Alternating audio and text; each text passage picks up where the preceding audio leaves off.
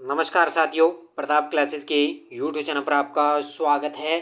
तो नानक क्लासेस की जो द्विमासिक बुक आ चुकी है बाज़ार के अंदर, जनवरी और फरवरी महीने का 2 महीनों का करंट इस बुक के अंदर आपको मिलेगा। तो इस बुक का अपने रिवीजन कर रहे हैं और आज अपने 3 नंबर की क्लास में पढ़ेंगे खेल परिदृश्य, क्योंकि कल हमने फरवरी महीने के प्रमुख आयोजन सम्मेलन महोत्सव की चर्चा कर ली थी और आज अपने फरवरी महीने के मुख्य मुख्य जो खेल परिदृश्य से महत्वपूर्ण पूरी डिटेल के माध्यम से जो क्वेश्चन बन रहे हैं उनको अच्छे तरीके से पढ़ेंगे। और इस बुक के अंदर आपको किस प्रकार खेल परिदृश्य का डाटा मिलेगा वो भी आपको पता लग जाएगा। तो जो भी साथी फर्स्ट ग्रेड, सेकंड ग्रेड, ऐसा एग्ज़ाम, जो भी साथी एलडीसी, वनपाल, कोई भी एग्ज़ाम हो, जो साथी इस बुक को लेकर अच्छे तरीके से अध्ययन करो और लगातार मैं इस बुक को अच्छे तरीके से आपको रिवीजन भी करवाऊंगा और आप बाज़ार से ये बुक आपको मिल जाएगी।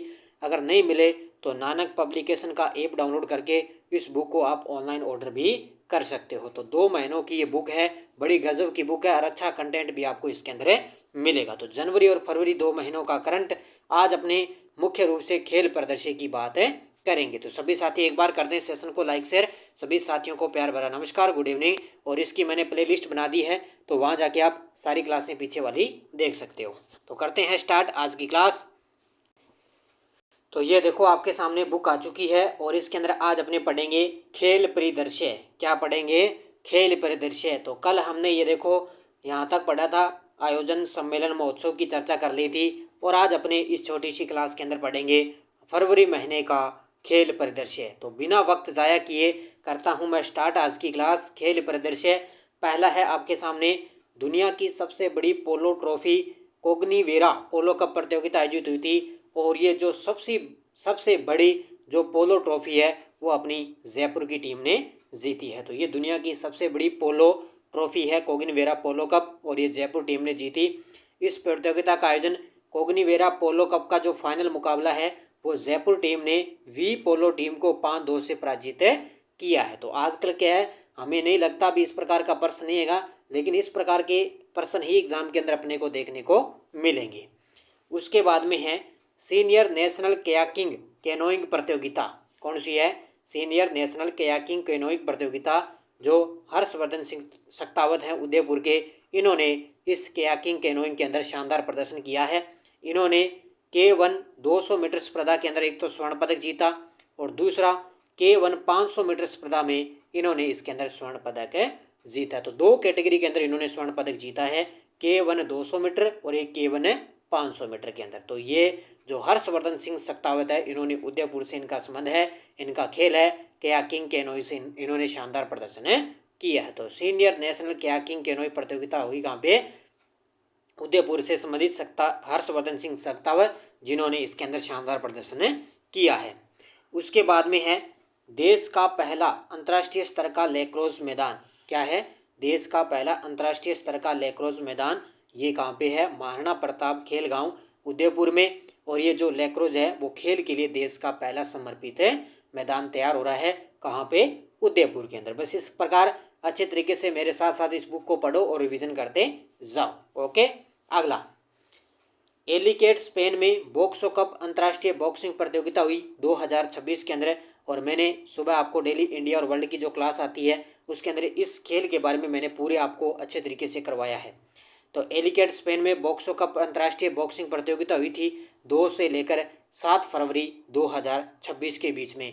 इसमें क्या है, जो राजस्थान की खिलाड़ी है, कोटा जिले की अरुदंती चौधरी बॉक्सर की खिलाड़ी है, इन्होंने इसके अंदर स्वर्ण पदक जीता था। ये देखो, अब यहाँ पे थोड़ी सी मिस्टेक से यहाँ पे क्या है, टेक्निकल की वजह से यहाँ पे अरुदंती चौधरी का नाम नहीं लिखा गया। तो 70 किलोग्राम भार वर्ग में स्वर्ण पदक विजेता थी अरुदंती चौधरी, जिन्होंने क्या कोटा की है, इन्होंने स्वर्ण पदक जीता। किस खिलाड़ी को हराया? यूक्रेन की तरन अनस्टेसिया को 5-0 से पराजित करके जीता है। वैसे तो मैंने आपको डिटेल करवाई है, लेकिन इस बुक में थोड़ी सी क्या है, टेक्निकल की वजह से यहाँ पे नाम जो है नहीं लिखा गया अरुदंती चौधरी का। तो मैं आपको बता रहा हूँ यहाँ पे अच्छे तरीके से, ठीक है। तो यहाँ पे स्वर्ण पदक जीता था अरुदंती चौधरी ने। उसके बाद में देखो, द्वितीय all India police duty meet 2025-26 का आयोजन हुआ था जोधपुर पुलिस, ठीक है। अब देखो, इसमें पश्चिम बंगाल के सिलीगुड़ी में आयोजित हुई द्वितीय all India police duty meet 2025-26 में जोधपुर पुलिस की उप निरीक्षक प्राची गुजर ने हैंडबॉल प्रतियोगिता में उत्कृष्ट प्रदर्शन करते हुए इसके अंदर कांस्य पदक जीता है। तो सबसे पहले पॉइंट याद रखना है कि जो दूसरी all India police duty meet का आयोजन कहाँ पे हुआ, पश्चिम बंगाल में। तो यहाँ पे जोधपुर की उप निरीक्षक है प्राची गुजर, इन्होंने हैंडबॉल प्रतियोगिता के अंदर यहाँ पे कांस्य पदक जीता। इनका खेल याद रखना हैंडबॉल। उसके बाद में आकांक्षा कुमावत, इन्होंने जालोर की आकांक्षा कुमावत ने फरीदाबाद में आयोजित 34वीं राष्ट्रीय बेंच प्रेस प्रतियोगिता में 2 स्वर्ण और 2 नेशनल रिकॉर्ड बनाते हुए स्ट्रॉन्ग वुमेन ऑफ इंडिया का खिताब जीता है। वो अलग है, ये अलग है, ध्यान रखना। ये है आकांक्षा कुमावत, इन्होंने जालोर की है। इन्होंने फरीदाबाद हरियाणा के अंदर आयोजन हुआ 34वीं राष्ट्रीय बेंच प्रेस प्रतियोगिता, इन्होंने 2 स्वर्ण और 2 नेशनल रिकॉर्ड बनाते हुए इन्होंने स्ट्रॉन्ग वुमेन के अंदर खिताब जीता है। तीसरा है सिंधुजा जायसवाल, ये जयपुर की सिंधुजा जायसवाल ने मिसेज वोंग स्टार सीजन 4 का खिताब जीता है। और रितिका चौधरी, इन्होंने जयपुर में आयोजित national beauty present miss overseas season 4 की ग्रैंड फिनाले में झुंझुनू की रितिका चौधरी विजेता बनी है। तो ये आपको याद रखना, सीधी लाइन आपको यहाँ से एग्जाम में देखने को मिलेगी।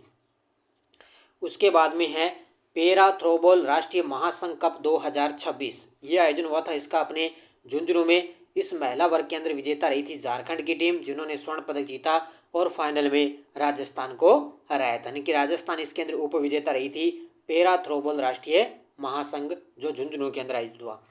पुरुष वर्ग की बात करूँ, ये तो महिला वर्ग की है। पुरुष वर्ग में देखे तो स्वर्ण पदक जीता आंध्र प्रदेश ने, रजत तेलंगाना और कांस्य जीता था हरियाणा ने। और विशेष पुरुष वर्ग में झारखंड की टीम चौथे स्थान पे रही थी। तो यहाँ पे महिला टीम ने देखो पहला स्थान प्राप्त किया और पुरुष वर्ग में झारखंड की टीम चौथे स्थान पे रही। ठीक है, अगला देखो एशियन राइफल, क्या है एशियन राइफल पिस्टल चैंपियनशिप।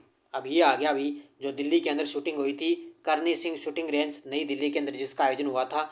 इसमें राजस्थान की निशानेबाज मानिनी कौशिक ने टीम इवेंट का गोल्ड मेडल जीता है और वो भी 50 मीटर राइफल प्रोन यानी कि टीम चैंपियनशिप का इन्होंने पदक जीता है। तो 50 metre rifle prone team championship में मानिनी कौशिक जो निशानेबाज की खिलाड़ी है, इन्होंने एशियन राइफल पिस्टल चैंपियनशिप में गोल्ड मेडल जीता है। ठीक है, और इसमें भारतीय टीम के सदस्य मानिनी कौशिक, सिफत कौर और तेजस्विनी सावंत, ये इसके अंदर रहे थे भारतीय टीम के सदस्य। और मुकाबले का अगर परिणाम देखें तो भारत 1862.9 अंक गोल्ड मेडल, कजाकिस्तान 1862.8 अंक के साथ सिल्वर मेडल और जीत का अंतर केवल 0.1 अंक के स्कोर के साथ। ये कजाकिस्तान एशियन चैंपियनशिप में मानिन ने सिल्वर और ब्रॉन्ज मेडल जीते थे और इस बार टीम इवेंट में इन्होंने गोल्ड मेडल जीता। यानी कि पिछली बार जब कजाकिस्तान में हुए थे ना, तब वहाँ पे इन्होंने मानिनी कौशिक ने सिल्वर और ब्रॉन्ज जीता और अब की बार इन्होंने टीम इवेंट में गोल्ड जीता है। ठीक है, ये याद रखना। और नोट, मानिनी व्यक्तिगत इंडिविजुअल स्पर्धा में मेडल जीतने वाली सफल नहीं रही थी, इसके अंदर वो सफल नहीं रही। उसके बाद एशियन राइफल पिस्टल चैंपियनशिप ख्वाहिश शर्मा जो सिक्किर की है, एशियन राइफल पिस्टल चैंपियनशिप में इन्होंने जीता है ब्रॉन्ज मेडल और ये ख्वाहिश का पहला अंतर्राष्ट्रीय टूर्नामेंट था। तो इन्होंने अपनी ख्वाहिश को पूरा किया है, सिक्कर जिले की है, एशियन राइफल पिस्टल चैंपियनशिप में इन्होंने ब्रॉन्ज मेडल जीता है। ये गजब के हैं, इनको अच्छे तरीके से पढ़ लेना। उसके बाद यूथ जूनियर एवं सीनियर वेट लिफ्टिंग प्रतियोगिता हुई थी। ठीक है, यूथ जूनियर एवं सीनियर वेट लिफ्टिंग प्रतियोगिता हुई थी। इसके अंदर देखो क्या क्या प्रदर्शन रहा राजस्थान का। तो इंडियन वेट लिफ्टिंग फेडरेशन की ओर से मोदी नगर उत्तर प्रदेश में यूथ जूनियर एवं सीनियर वेट लिफ्टिंग प्रतियोगिता आयोजित की गई थी उत्तर प्रदेश में। यहाँ पे राजस्थान की तनिष्क शर्मा ने 94 किलोग्राम भार वर्ग में उत्कृष्ट प्रदर्शन किया है। इन्होंने 127 किलोग्राम स्नेच और 146 किलोग्राम क्लीन एंड जर्क में कुल 273 किलोग्राम में वजन उठाया है। तो इस प्रदर्शन के साथ तनिष्क शर्मा ने यहाँ पे कांस्य पदक जीता है। क्योंकि अभी राजस्थान की बात आती है तो इसको अच्छे तरीके से पढ़ लेना, क्योंकि उत्तर प्रदेश में इसका आयोजन हुआ। यहाँ पे राजस्थान की तनिष्क शर्मा ने यहाँ पे 94 किलोग्राम भार वर्ग में उत्कृष्ट प्रदर्शन किया और यहाँ पे इन्होंने कांस्य पदक जीता है। ठीक है, बात सारी समझ में आ रही है, बस इनको बढ़िया तरीके से पढ़ो। ये छोटी छोटी क्लासें मैं आपको डेली इस प्रकार रिवीजन करवाता रहूँगा। उसके बाद पैरा बैडमिंटन विश्व चैंपियनशिप 2026, अब कौन सी आ गई, पैरा बैडमिंटन विश्व चैंपियनशिप 2026। इसके अंदर कृष्णा नागर जो जयपुर के हैं, जिन्होंने इनके अंदर 2 कांस्य पदक जीते थे। ठीक है, तो बहरीन में पैरा बैडमिंटन विश्व चैंपियनशिप में भारतीय टीम का प्रतिनिधित्व करते हुए 2 कांस्य पदक जीते कृष्णा नागर ने, जो जयपुर के हैं। 1 पदक सिंगल श्रेणी में, जबकि दूसरा मिक्सड यानी कि डबल श्रेणी के अंदर इन्होंने सुमंती सिवन के साथ जोड़ी बनाकर जीता था। तो एक तो सिंगल श्रेणी में स्वर्ण पदक जीता और दूसरा इन्होंने डबल श्रेणी के अंदर स्वर्ण पदक जीता है। अब थोड़ी सी बूस्टर डोज देख लो किसके बारे में, कृष्णा नागर के बारे में। ठीक है, अब देखो क्या क्या चीज़ें इनके बारे में। कृष्णा नागर पहली बात पैरा बैडमिंटन खिलाड़ी हैं। इन्होंने मुख्य उपलब्धियां देखें तो एक तो इन्होंने जापान पैरा बैडमिंटन इंटरनेशनल 2025 इसके अंदर गोल्ड 2 SS6 कैटेगरी के अंदर जीता। फिर चीन पैरा बैडमिंटन अंतर्राष्ट्रीय प्रतियोगिता 2025 के अंदर रजत पदक जीता। दुबई में हुई थी छठी फाजा पैरा बैडमिंटन इंटरनेशनल 2025 में पैरा बैडमिंटन इंटरनेशनल 2025 के अंदर इन्होंने ब्रॉन्ज मेडल जीता। इसके अलावा स्पेसनिस पैरा बैडमिंटन इंटरनेशनल 2025 में मिक्सड यानी कि डबल श्रेणी में गोल्ड और मेंस डबल्स में सिल्वर और सिंगल में इन्होंने ब्रॉन्ज जीता था। और 2020 टोक्यो पैरालंपिक में गोल्ड मेडल, विश्व पैरा बैडमिंटन चैंपियनशिप में गोल्ड और 2021 के अंदर इनको खेल रत्न पुरस्कार से सम्मानित किया गया। तो ये बात आई है किसकी, ये सारी चीज़ें आ गई बूस्टर डोज में कृष्णा नागर के बारे में, जो जयपुर के रहने वाले हैं। अब यहाँ से पीछे का अगर कोई पुराना अगर क्वेश्चन आएगा तो भी आपको यहाँ पे कोई दिक्कत नहीं होगी। ठीक है, उसके बाद में देखो फियाट जस्टिटिसिया राष्ट्रीय मूट कोर्ट प्रतियोगिता हुई थी। अब नाम देखो इनके, तो फियाट जस्टिटिसिया राष्ट्रीय मूट कोर्ट प्रतियोगिता हुई। इसमें डॉक्टर BC गर्ग विधि महाविद्यालय की ओर से आयोजित फियाट जस्टिटिसिया राष्ट्रीय मूट कोर्ट प्रतियोगिता में देश भर के 50 विश्वविद्यालय में जय नारायण व्यास विश्वविद्यालय जोधपुर है वो इसके अंदर विजेता रहा था। इसमें अनिरुद्ध सोनी को उत्कृष्ट प्रदर्शन के लिए सर्वश्रेष्ठ छात्रा अधिवक्ता घोषित भी किया गया था। याद रखना इनका नाम अच्छे तरीके से, अनिरुद्ध सोनी को उत्कृष्ट प्रदर्शन के लिए सर्वश्रेष्ठ छात्रा अधिवक्ता घोषित किया गया था। किसको, इसमें जोधपुर विजेता विश्वविद्यालय बना था। जोधपुर के अंदर जो जय नारायण व्यास विश्वविद्यालय है वो जोधपुर विजेता इसके अंदर बना था। अब सभी साथी मुझे कमेंट में ये बताएंगे कि वर्तमान में जो जय नारायण व्यास विश्वविद्यालय है जोधपुर उसके वर्तमान में कुलपति कौन है।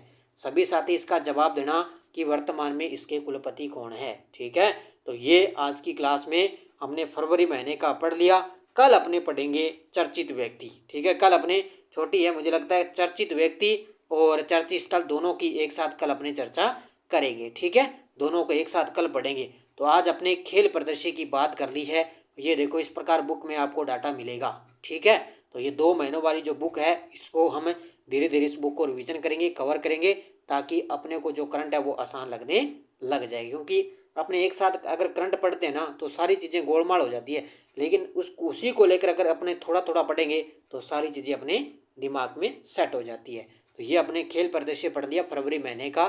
सभी साथी करेंगे वीडियो को जाते जाते लाइक शेयर, और डेली सुबह क्लास आती है अपनी राष्ट्रीय अंतर्राष्ट्रीय की, वो आप जरूर उसको अध्ययन करें। तो धन्यवाद। जय हिंद, जय भारत, जय राजस्थान।